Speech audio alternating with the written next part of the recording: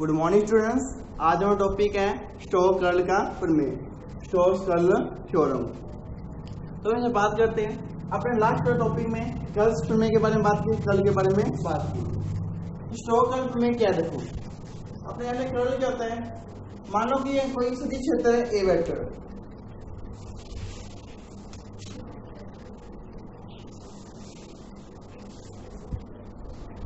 ये अपने कोई सदिश क्षेत्र है ए वेक्टर है, बहुत सारे पार्टिकल में डिवाइड है।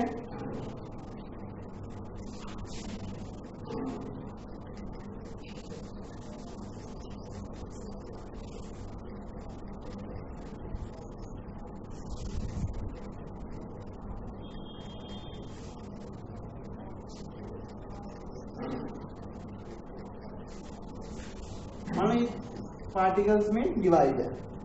इसके सदिश क्षेत्र कितना है ए वेक्टर, इसके अंदर वेक्टर कितना है ए वेक्टर है। मान लो कि अपने यहां से यहां तक ये है एल के, कोई अपने ने पार्टिकल लिया, इसका अल्पांश लिया एल के। जब इसके अंदर वेक्टर ए वेक्टर है तो इस ए वेक्टर का कर्ल कितना होगा, इसका curl A vector dot N cap. N cap की दिशा होता है लिमिट डी ए, जीरो के लगभग होता है इसका 1 कोण में D A vector dot D L, ये होता है कर्ल। अगर आपने लास्ट लेक्चर नहीं देखा होगा तो आपको डिस्क्रिप्शन बॉक्स में इसकी वीडियो की लिंक मिल जाएगी, आप उसमें देख लेना। ये अपने पूरा डेरिवेशन करा कर्ल के बाद। तो ये डी ए केस का क्षेत्रफल है जो लगभग 0 के बराबर लेते हैं अपने, ये था कर्ल। तो अब इसको स्टोक्स में क्या कहता है, स्टोक्स में ये कहता है कि किसी भी अनुपात पर, मान लो कि मैंने एल के लिया, एल पे के ऊपर रेखा समाकलन जो लगा लिया है, रेखा समाकलन होता है किसी अनुपात पर अपने किसी पार्टिकल पर जो हमने लाइन इंटीग्रेशन लगा रहे हैं, वो उसको उल्टा कर दे, उसका अपने एल के था एल से के, आगे इसको उल्टा कर देते हैं अपने, तो आगे माइनस आ जाता है। ये अपने मैथ में इंटीग्रेशन में बहुत बड़ा है, ये रूल होता है जब किसी की भी लिमिट और उल्टी करते हैं आगे माइनस आए। तो ये कहता है कि इसको अपने उसका सीधी दिशा में जा रहे हैं, अगर उसको उल्टी दिशा से आए, अपने एल के जा रहे हैं, मान लो उसी ऐसी दिशा में आए, उल्टी दिशा में आ रहे हैं तो उसका आगे माइनस आए थे, बहुत चल जाता है कि अपने उसको उल्टी दिशा से आ रहे हैं। तो ये बहुत सारे अल्फाज से बराबर है। तो इसके अंदर जो भी टोटल एक का समान होगा, लाइन इंटीग्रेशन जो होगा इसके अंदर total A vector dot D L vector होगा। वो जो इनकी ये पार्टिकल्स है, जो एक की जो पार्टिकल है, हर पार्टिकल के लाइन इंटीग्रेशन के प्लस के इक्वल होगा, मतलब इससे सम के बराबर होगा। तो ये मान लिया कि मैंने ए पार्टिकल के एल के प्लस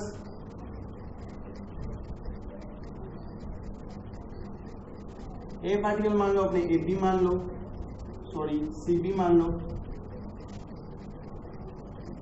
मतलब ऐसे बहुत सारे पार्टिकल है, ऐसे पार्टिकल चलते जाएंगे, सभी के योग के बराबर होगा इसका लाइन इंटीग्रेशन एल से के, सी से बी। तो ये चलते जाते हैं। जब ये चलते जाते हैं तो आगे देखो क्या होगा, तो इन सबको मैं एक साथ लिखता हूँ, बराबर होगा साथ में। ये पार्टिकल क्या बराबर हिस्सों में वैल्यू है, ये सारे बराबर है। तो मैं इसको क्या लिख सकता हूँ, लाइन इंटीग्रेशन को A vector dot D L, this मतलब इसके अपने अल्पांश की बात कर रहे हैं, पार्टिकल की बात कर रहे हैं। जो किसी आगे डी लग जाता है मतलब ये होता है कि अपने उसकी पार्टिकल की बात कर रहे हैं। ए वेक्टर डॉट डी एल और इस मिशन आ जाए आगे, मतलब सभी पार्टिकल की योग के बराबर। तो ये इक्वेशन नंबर अपने ने 1 मान।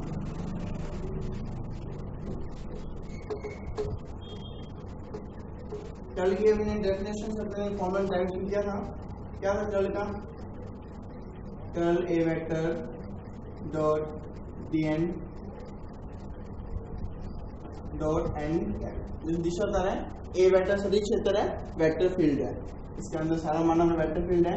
इसके अंदर बीच में तो ये बराबर रहेगा, तो इन साइड में जो परिसीमन बिंदु है, तो साइड वाले बिंदु पर अपने से जा रहे हैं, तो साइड वाले बिंदु के एक ही भाग में है, तो इसके कारण इसे नष्ट नहीं होगा। बीच में देखो इधर से गए वापिस इधर से आए, खत्म हो जानी, प्लस माइनस जीरो हो गया।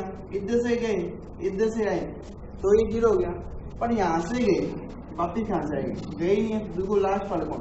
तो हमें किसकी बात करें पार्टी, तो लास्ट वाले परिसीमन बिंदु है उनकी अपने बात कर रहे हैं। लिमिट ये से जीरो था, वन पॉइंट में दिए,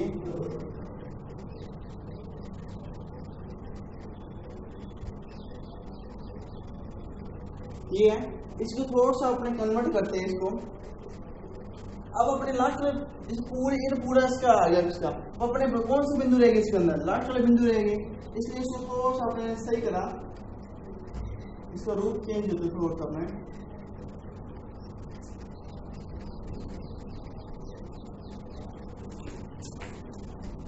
तो लाइन इंटीग्रेशन कौन सा आएगा, जो इसके पार्टिकल के कारण है, जो इसमें बार बार पार्टिकल अंदर देखो। अभी पहले मैंने एल से के में था बराबर माइनस में हो गया था, तो दोनों एक नष्ट हो गए, खत्म हो गए, वापिस आए वापिस गए, इसलिए लिया नहीं। अब ये दिए जाएगा मल्टीप्लाई में हो जाएगा,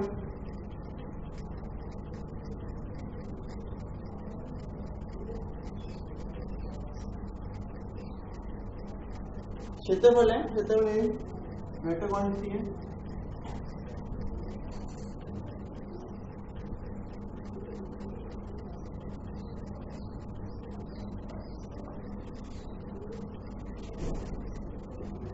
देखो कब ये दो चीज है, N vector dot D A, इसका जो अपने पास अदिश गुणनफल होगा, स्केलर मल्टीप्लाई जो होगा वेक्टर का स्केलर मल्टीप्लाई होगा N D A cos theta होगा,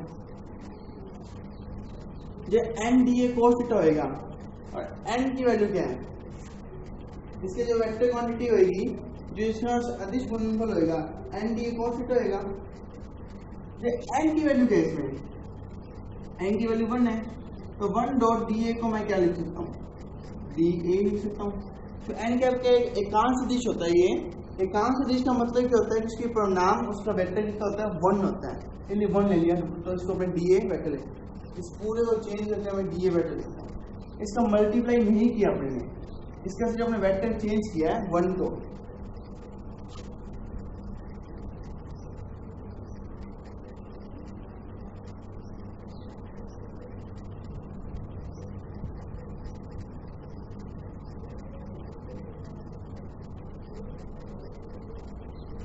ये इक्वेशन आगे में अब इक्वेशन सॉल्व करते हैं।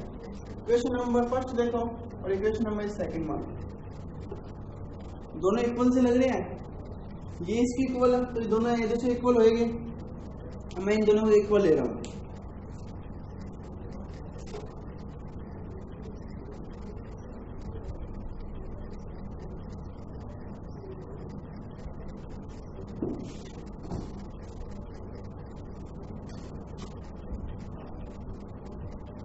अब ये देखो समीशन है, इस समीशन के कारण इसके आगे क्या रहेगा, इंटीग्रेशन का निशान आ जाएगा।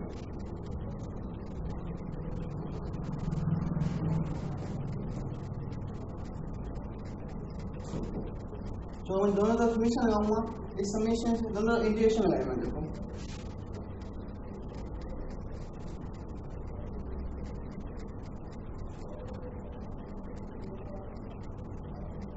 समीशन कैंसिल आउट हो गया, इसलिए इसको इस लिख सकते हैं।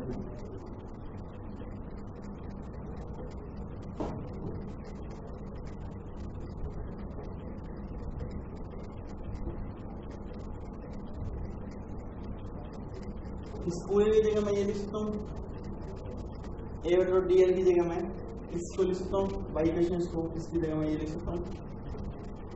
ये डीसी के लिए था, ये अपने पूरे आकृति के वजह पूरी शेप के लिए आते हैं।